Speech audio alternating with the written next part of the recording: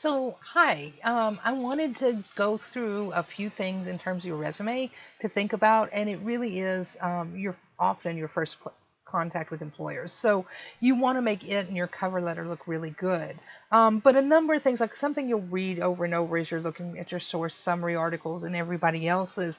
And remember, look at everybody else's because even more so, these need to work like they're supposed to work, which is to become your resource for this. But with your resume, you'll read a lot that people will spend 10, 30 seconds reading them.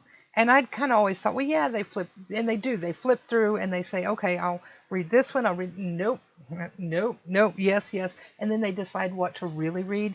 And I asked my sister one time, because she does hiring in her department, and I explained that to her. That's what they say. And she said, yeah, they really do. She said, I really do. She said, I'll have a stack of resumes and need to hire one or two people.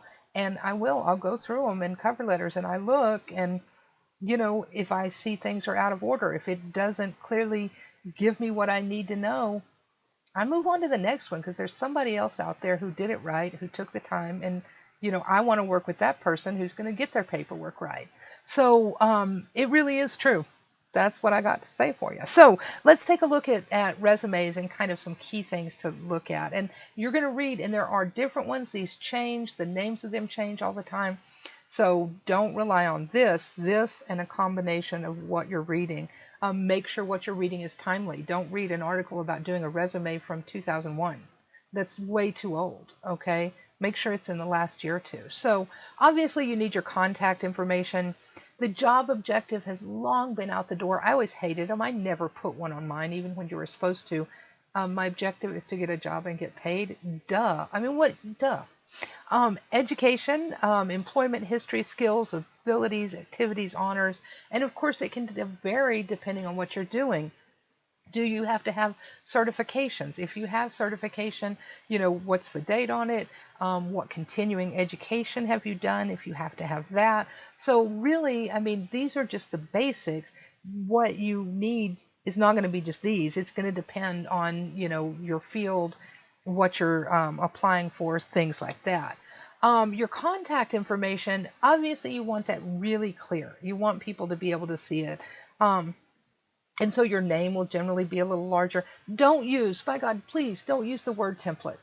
It's going to look just like everybody else's, okay? And again, I'm imagining my sister going through those resumes and saying, maybe there's two that look really good. Where's that one that stands out? Not crazy. These are like, I've told you she's speech therapist. She's hiring for therapy jobs. So she doesn't want crazy. This isn't graphic design. But what, just, if she has two of them, what's going to make that difference? And that's really what we're going to look at too and think about. So your address, your email, your phone number, making sure your information is up to date. You don't need to put things like email before an email address. Duh, don't waste your space with it. You have limited space. You're trying to get everything on one page.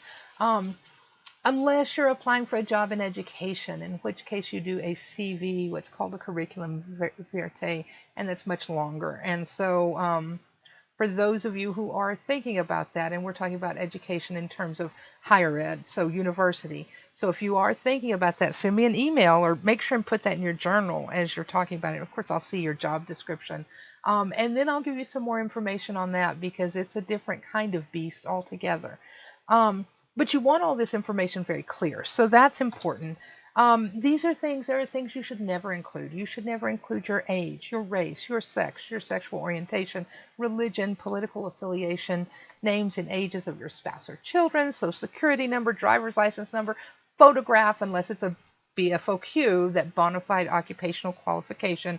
So for models, actors, actresses, they need headshots, things like that. So those things shouldn't be matter when people are hiring you unless it is something required for the job. So don't put those on there, okay? In fact, a lot of times people won't consider you because they don't want people to think that made them hire you or not. So here's examples of contact information, and you can see goes everything from something very simple, but again, very readable. Notice how this is a little bit off center. Oh my gosh, those reader eyes. And you can see you can even have some graphics. Here we've got a different layout. We're going to talk about this. We've got some color, some you can play with your name, play with fonts. The key thing you want to make sure is that it's readable, that people can read it. The other thing is like the one where we have color here. Um, you always want to do a dry run, print it out in black and white, just in case it gets printed out by, an assistant or something, and then the boss is reading it, and maybe they prefer to read paper, right? You don't want anything that would be, would kind of, or and it's too much. We'll look at some that are kind of, fun, that kind of thing. So the thing is you want to make sure though that, I mean, each of these, they're even the very simple ones, you can see how they really create that kind of idea. And of course, one of the things we would have done in 3, and of course, if you're still doing Unit 3, you are thinking about logo, about letterhead. So what I'm asking you to do for this assignment too is you want to create a letterhead, that a layout that will be the same for your cover letter and your resume, to create some branding for yourself, some image that is consistent there. So they see those things, they go together, they look professional, they don't look like the Word template. Okay, don't do it. All right. So anyway, that's where that is. So kind of think about it, look around, and I'll show you some too. A summary or profile which has taken the place of the objective, and you can do that. You might not. There's some things that'll suggest, especially right out of college, you might really not have it, but it is just a quick list of strengths and experience, summing up a few sentences or bullet points, who you are as a candidate, what you have to offer, 3 to 5 sentences, what you're great at, most interested in, and you can see that it's just kind of core strengths and skill sets, most relevant to roles played in the past, experience with key functions, notable accomplishments, things like that. So we'll look at a couple of those too here. Dynamic entrepreneur. I mean, you don't want it to be, it's kind of tricky because you don't want it to be this thing that's glossy that's not you, right? Like this one, 10 years of experience, 5 years of experience leading global marketing team, accomplished results oriented U.S. Army National Guard Staff Sergeant, 9 years higher, so these are really looking at that. But it could also be, and like here's one with a paragraph, but it might be that you don't even do the sentences, but you just do kind of what are those main things or you specialize in. So this is something, again, like when I explained how we're going to work with this and going back and forth, where we'll create that discussion in our journals, between you and I. This is something that we'll work on, because it's going to kind of depend individually.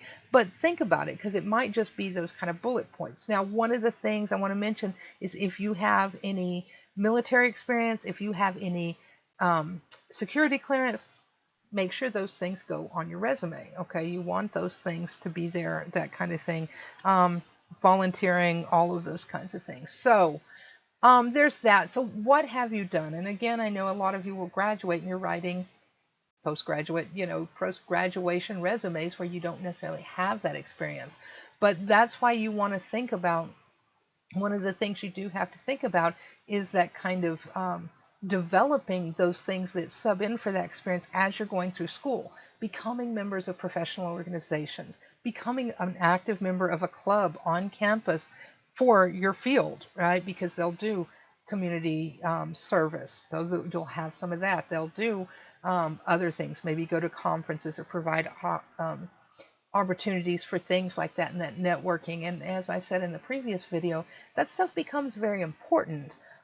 So if nothing else for your resume, but also for you to meet people and have somebody who can give you a reference, who's not just your teacher, right? Which, everybody can get a teacher too. Well, you work hard, right? I don't say yes to everybody.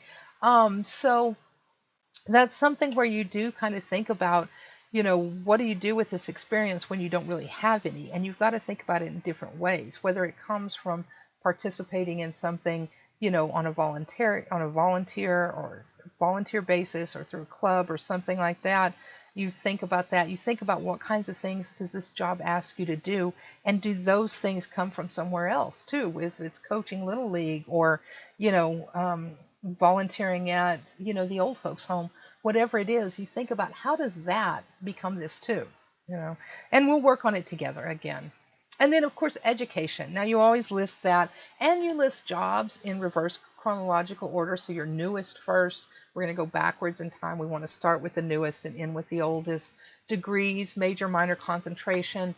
Unless you're doing just an associate's and going straight into um, the workforce, you actually don't even have to list high school, because once you get a college degree, it's assumed you have that, or you have your GED, whatever, you have your equivalency.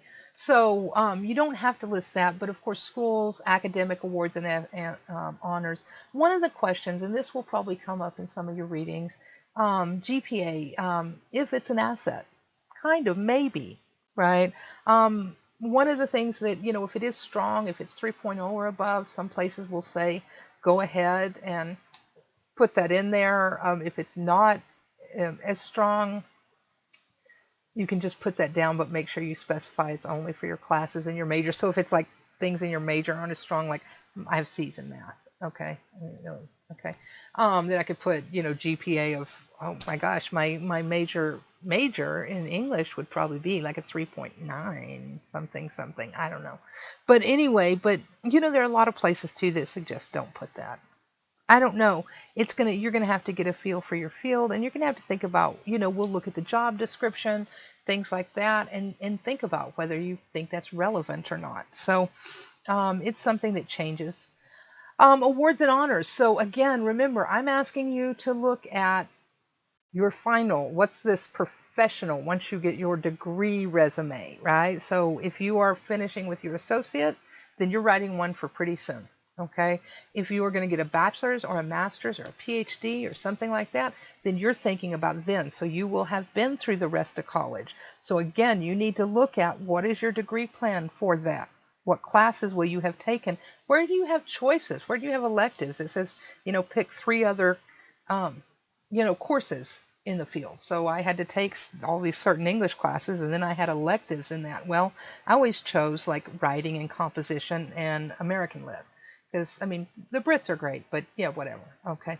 But, I mean, the American Lit was more my thing. And creative writing. I have a minor in creative writing. So, you're going to be able to choose things that even within your field focus you more on some aspect or not.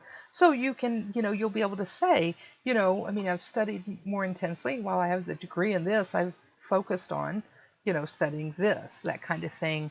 And then, of course, those awards, those honors, those organizations. So looking at what kind of honors and awards could you be eligible to get at your school of choice, things like that. So this is where you have to do research to actually figure out how you would create this. But again, like I mentioned last time, I'm asking you to do this research, one, to write this resume that really would be something that that can be a goal for you.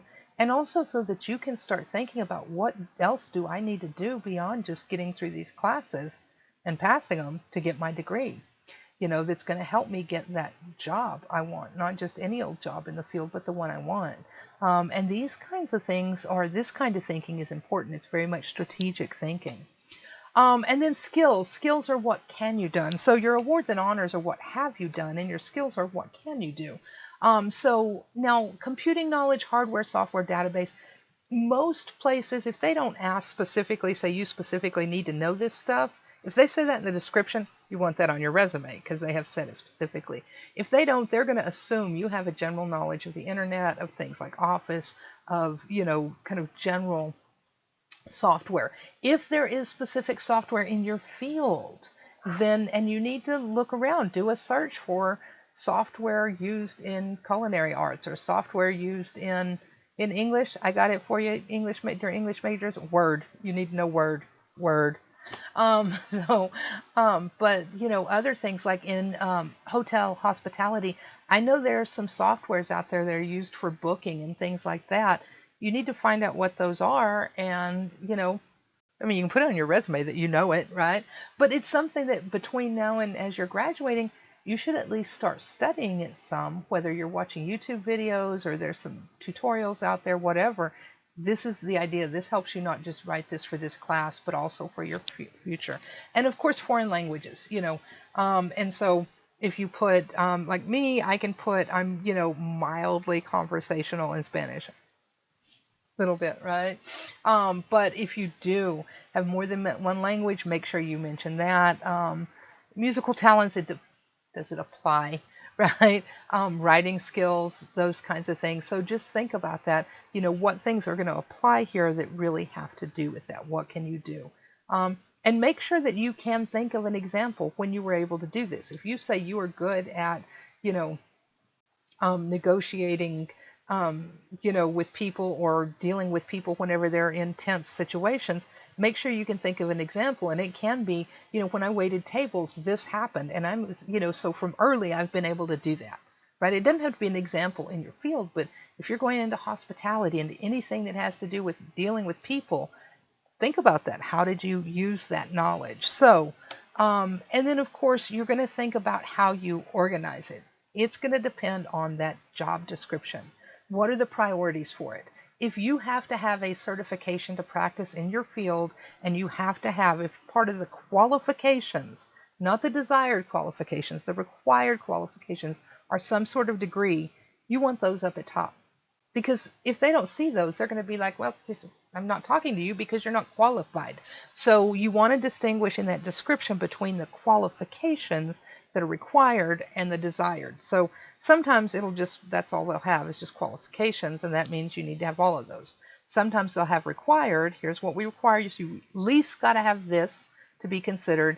And then desired, which would be, if you have these, it makes you more desirable. You want to have the required first, and then you want to have those, more desirable ones, or we'll think about how you put them in. You also have to think about, your unique asset. What makes you unique and special?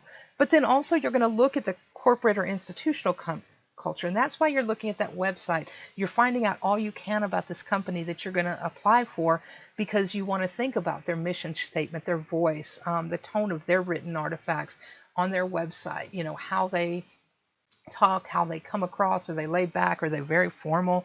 That's going to also help you think about how you organize your resume. And then, of course, those notable affiliations in terms of just another thing that kind of you might put on there. Have you worked or studied with someone of great renown? For example, I can say I've studied with Dr. Reed Jazenbrock, who in rhetoric circles, yes, very well known. So yes, those are my things. I can say I have worked for Johns Hopkins University. That of course is an affiliation that is very good looking on a resume. And both of those were a pleasure and an honor, and I can talk about those. Remember, anything you put on a resume, you need to be able to talk about, because you want that resume. That's your key in the door. If you don't know somebody, they're going to look at your cover letter, your resume, and say, you know what? Out of this whole stack, I want to talk to you. And they're going to call you up, and you're going to say, yeah, right? And then you go in, and then you got to sell yourself, right? So that gets you in the door, but you got to sell yourself. So you've got to be able to say, yeah, okay, here, I did do this, and here's what I did, and here's who you can talk to, okay? Notice none of these have said references.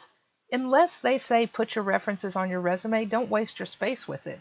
They're probably going to have an application where they may have you fill that out. Now, if you do put somebody's name down for references, you always make sure and ask them if you can do that before then. And don't, like I've had students, don't ask me now in 2020, and then in 2030 you put me down again without sending me an email and say, hey, Kelly, I'm applying for this other job. Is it okay if I still put you down as a reference? At which point I'll probably say, you probably don't want to use me. It's been long enough that you need to use somebody more current. But even if you were going to, you give people that heads up, so if they do get an email or a phone call, they're expecting it. It's not this out of the blue, and they're not like, I don't know that person anymore. It's been 10 years. They don't remember off the top of their head. They're busy. So anyway, but that's not going to go on your resume. And you don't even need to put references available upon request. If they ask for them and you choose not to give them, then that's going to say something about, in terms of their making their decisions. So now, types of resume, there's different ones. Paper, even if you're sending it out online, PDF, like just for somebody to read, it's still considered that paper. There's scannable, that should be in plain text, and you'll come across some of these as you're doing research. And of course, if somebody mentions it in their description, then you're going to make sure and look it up and do that. That's what I'm teaching you, is to be independent, because these last two, weren't around when I started doing resumes. Stuff is going to change. I can't teach you stuff that will be this way forever because, hallelujah, the world changes. Might be changing a little too much now, but. And then, of course, the web, you can do it where, you do it like a web page. So those all have different places, and it depends, of course, what they request. Just like with those scholarships, if they say turn in this, this, and that, then if you want to be considered for the job, you turn in all of that. If you don't want to, then you don't, right? Because they generally, most places, just like with scholarships, won't consider an application unless it's totally done, all of it. So that's just kind of some overview. There is sources there. Okay, and I'll put them in the description, in the link in the description too.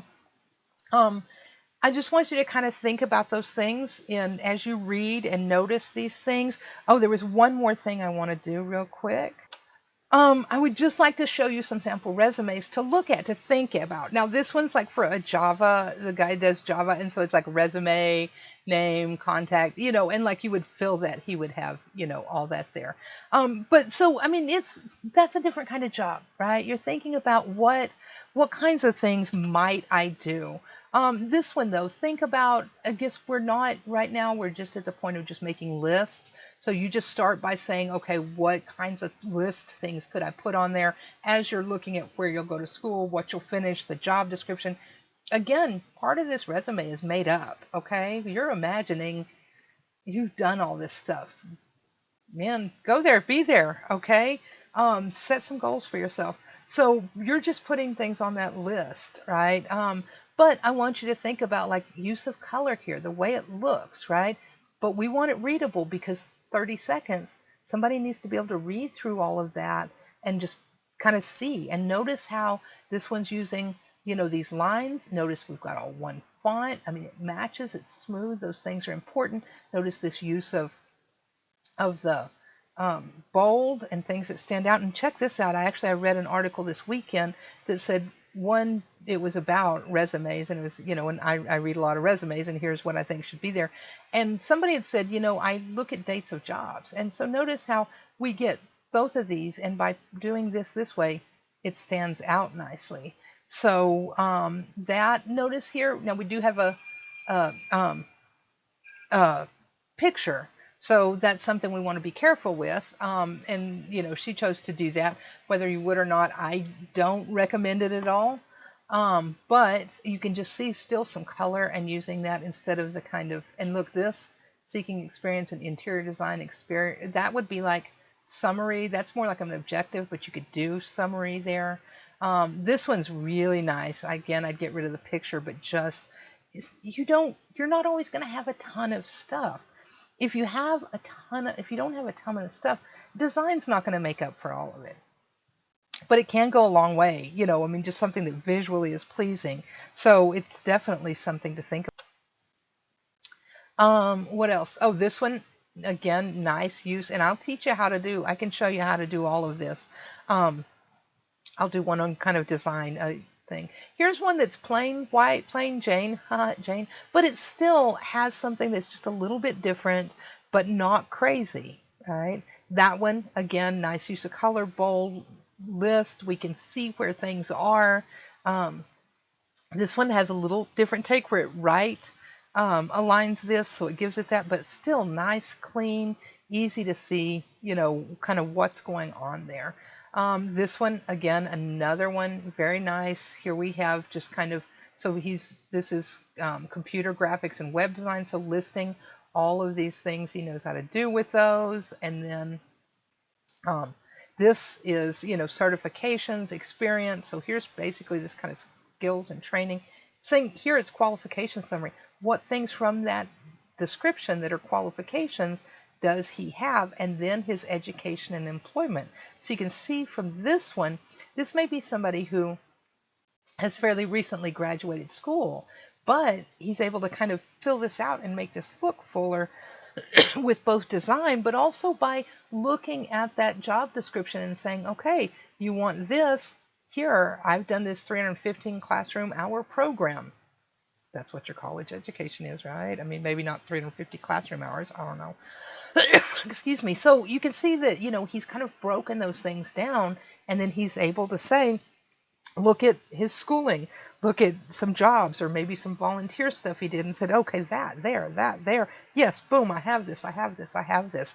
So that's one of the ways to kind of think about, yes, I'm going to be graduating, but how do I articulate this into something that really shows I'm just graduated, but I am a professional. You're graduating with skills. Okay.